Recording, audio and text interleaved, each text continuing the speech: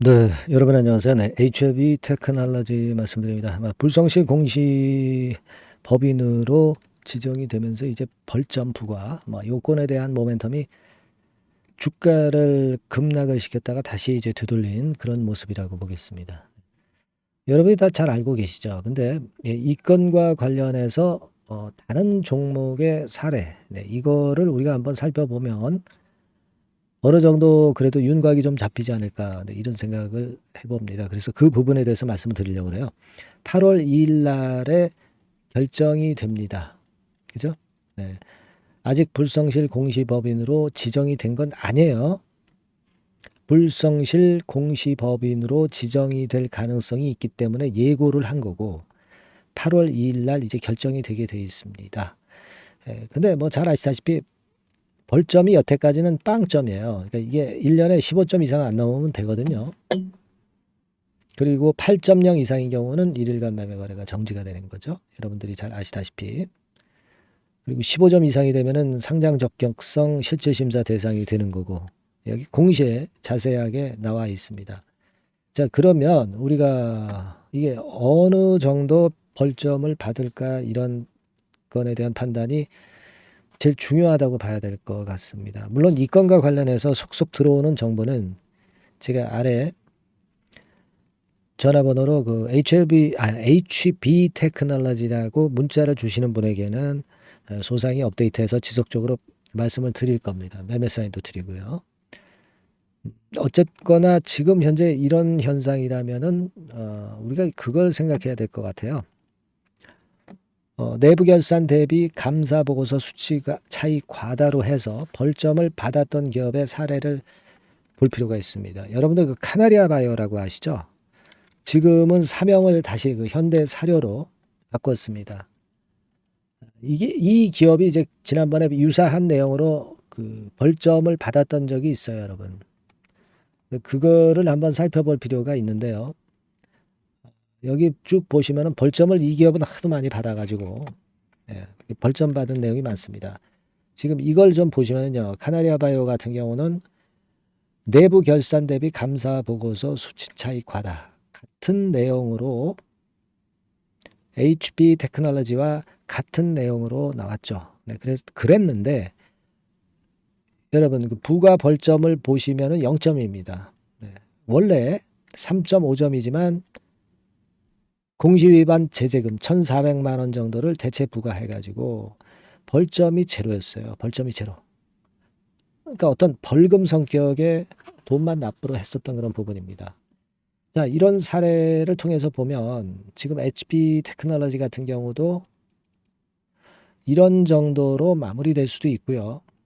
이렇게 그 벌점의 부과가 카나리아 같은 경우는 낮은 것으로 봐서 HB 테크놀로지도 벌점이 나와도 되게 8점 이하, 뭐 예를 들면 한 3점, 3점이라는 얘기들도 많고요. 그런 얘기들도 좀 들리고 있습니다. 기껏 해봐야 이 정도. 아니면은 0점을 부과받고 제재금 부과받는 거, 뭐 그 정도. 그 정도 수준으로 이제 결론이 나지 않겠나 이런 생각을 합니다. 지금 여러분께서도 잘 아시겠지만 HB 테크놀로지는 유리 기판 이슈로 시세를 내는 종목이에요. 네, 그래서 제가 볼 때는 지금 현재 모습이라고 한다면은 이 유리 기판 쪽의 모멘텀을 더 크게 봐야 된다. 네, 이렇게 생각이 되고 이번에 벌점을 부과받은 것은 사실은 이제 감사원의 요구 때문에 사실은 일어났던 그런 건의 상황이었기 때문에 개정 과목 관련해서는요. 제가 볼 때는 지금 현재 중대한 과실이 있다고 보기는 좀 힘들어요. 그래서 일단 벌점은 나와도 작게 나올 것이고 카나리아 바이오처럼 제재금만 그냥 납부할 가능성도 있습니다. 여러분. 그래서 목요일장에서 그 낙폭을 크게 만회하는 그런 패턴으로 마무리가 되고 있는 것이 아니냐. 네, 마무리가 된 것이 아니냐 이런 생각을 합니다. 물론 이게 벌점이 결론이 8월 2일 날 나오죠. 8월 2일 날 나오기 때문에 이 결정이 나올 때까지는 이제 마음을 놓을 수는 없겠지만은 지금 현재 제가 말씀드린 것들을 종합해 보면 벌점에 지금 현재 벌벌 떨 그럴 상황이 전혀 아닙니다. 아시겠죠? 그래서 지금 현재는 이 부분에 좀 중점을 두기보다는 HB 테크놀로지의 유리기판 쪽의 재료라든가 다른 건의 상황에 좀 더 귀를 기울이시는 게 좋을 것 같고요. 사실 그 외인 창고 동향을 보면 신한 창고 같은 데가 65만 주 정도 순매수가 들어왔죠. 장중에 이제 팔고 사고 하는 그런 매매를 보여주긴 했습니다만은, 그러나 여하튼 지금 현재의 모습 정도라고 한다면은 벌점 부과권에 관련된 제 말씀을 일단 그 비중을 좀 두시는 게 좋습니다.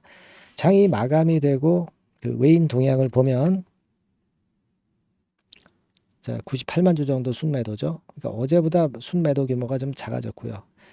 그리고 우리가 가만히 보면 외인들이 7월 9일 날 530만 주 순매수했다가 7월 10일 날 363만 주 정도를 던졌죠.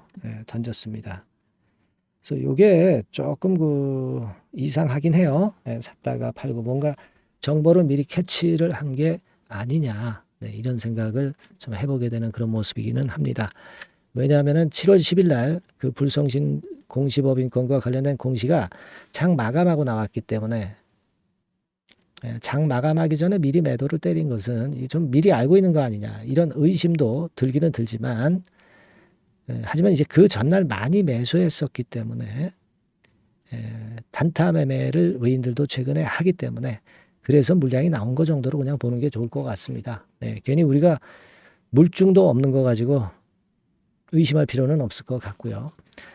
가장 중요하다고 보는 것은 역시 벌점의 부과가 어느 정도 나올 것이냐인데, 제가 사례를 통해서 말씀을 드렸지만은 그다지 그렇게 크게 겁먹을 사안은 아닌 것 같아요. 좀 더 유지하고 계시되, 제가 그 벌점권에 대한 좀 더 색다른 소식이 들어오면 바로 말씀을 제가 드릴 거예요. HB 테크놀로지라고 문자를 주신 분에게는 제가 최선을 다해서 도와드릴 겁니다. 그게 중요한 거겠죠. 그리고 다른 그 색다른 재료도 신속히 들어오는 거 바로 제가 정보를 드려서 판단하시는데 많은 도움을 좀 드릴게요. 그리고 신속한 정보가 들어왔을 때는 아무래도 신속한 매매 사인이 필요합니다. 요거 제가 역시 업데이트 해가면서 말씀을 드릴 테니까 HB 테크놀로지라고 꼭 문자를 주세요. 제가 최선을 다해서 도와드릴게요. 자, 그리고 제가 대박주를 하나 준비를 했거든요. 요거 지금 말씀드릴 테니까 참고로 요거 해보시고 대박 한번 내보세요. 말씀드리겠습니다. 자, 대박주 말씀드립니다. 이 대박주는요, 7월과 8월에 여러분들이 집중 공략하실 수 있다고 제가 봅니다. 특히 그 하반기에 아마 지속해서 시세를 낼 기한성이 상당히 높고요. 목표는 더블 가격 정도 보고 있고, CXL 관련주에서 우리가 종목을 선정을 해봤습니다. 여러분들이 그 CXL 하면은 많이 들어보신 듯한데 뭐가 뭔지 잘 모르실 수도 있는 그런 부분이에요. 그죠?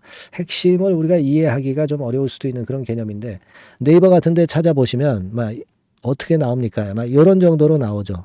D램 용량을 획기적으로 확정할 수 있다. 이렇게 나오는데, 이게 무슨 얘기인지 감 잡기가 어려우실 수도 있는데요. 한마디로 말씀드려서 데이터를 운반하는 도로를 확장한다. 도로를 확장한다는 개념으로 보시면 굉장히 여러분들이 이해하기가 쉬울 거예요. 도로가 확장이 되면 물류가 원활해지죠. 컴퓨터 그 시스템 자체가 굉장히 원활해진다는 거예요. 그래서 이것과 그 HBM과의 차이점이 간단히 하나 있어요. 근데 HBM보다 이 CXL 같은 경우가 상당히 그 강점이 더 많습니다. 그래서 이게 하반기에 CXL이 시장을 리드를 할 가능성이 상당히 많다. 이렇게 보고 있는데, 자, 그림을 통해서 보자면은 메모리 확장성 이렇게 나와 있죠. 하지만 이런 그림보다는 아까 말씀을 드린 대로 도로가 확장이 된다. 요 정도로만 이해하시면 되는데, 그만큼 이 측면에 이 CXL 섹터에 현재 칼을 갈고 있는 것이 어딘가 하면은 삼성전자에서 칼을 갈고 있어요. 삼성전자가 손대면 난리 나죠, 여러분. 이 부분이 아마 하반기의 핵심이 될 가능성이 높아요. 예. 이게요, 성장률이 엄청납니다. 유리기판이나 온 디바이스 대비해서 성장률이 엄청나게 좋아요. 참고적으로 그림을 한번 보시면 요 정도입니다. 그러니까 특히 24년에도 증가를 꽤 하지만 25년도에 훨씬 더 증가율이 대단히 증가하고 26년도에는 그만큼 기하급수적으로 늘어난단 말이에요. 그러니까 달러로 얘기할 때 한 24억 달러 수준까지 넘어간단 말이에요. 예. 원화로 환산을 하면은 뭐 어마어마하죠. 그죠? 공세에 더 붙여야 되잖아요. 그 정도 규모가 된단 말이에요. 그래서 매력적인데 HBM보다도 강점은 뭐냐면은 여기 나와 있지만 CXL은 고성능 메모리이면서 확장성까지 무기를 갖고 있다는 얘기죠. 그러니까 HBM하고 같은 점은 고성능 메모리인데 CXL이 더 유리한 부분은 확장성까지 있기 때문에 초우월성을 보유하고 있다. 이거예요. 그겁니다, 지금. 그게 핵심이다 이런 얘기예요. 그래서 이 CXL 관련주 섹터를 에서 한 종목을 제가 선정을 했고요. 요거는요. 그냥 뭐 종목만 띡 드리고 마는 게 아니라 종목을 알아봐야 무슨 소용이 있어. 정확한 매수 타임, 분할 매수 타임이라든가 또는 뭐 분할 매도도 있을 수 있고 비중 조정도 필요하고 이 매수부터 매도까지 타임을 제가 정해서 계속 케어를 해 나갈 거예요, 여러분들. 네. 아시겠죠? 그러니까 요번에 요거 CXL 관련주를 좀 잡으셔서 하반기에 한번 크게 대박 좀 한번 내봤으면 좋겠습니다. 예, 그래서 요거 원하시는 분들은 간단합니다. 그냥 대박 이렇게 문자를 주시면 제가 최선을 다해서 끝까지 케어해서 더블 이상의 가격으로 제가 보답을 드리도록 할게요. 예, 아시겠죠? 예, 요번에 이 대여를 한번 잡아봅시다. 예, 대박 이렇게 문자를 꼭 주세요. 예, 감사합니다.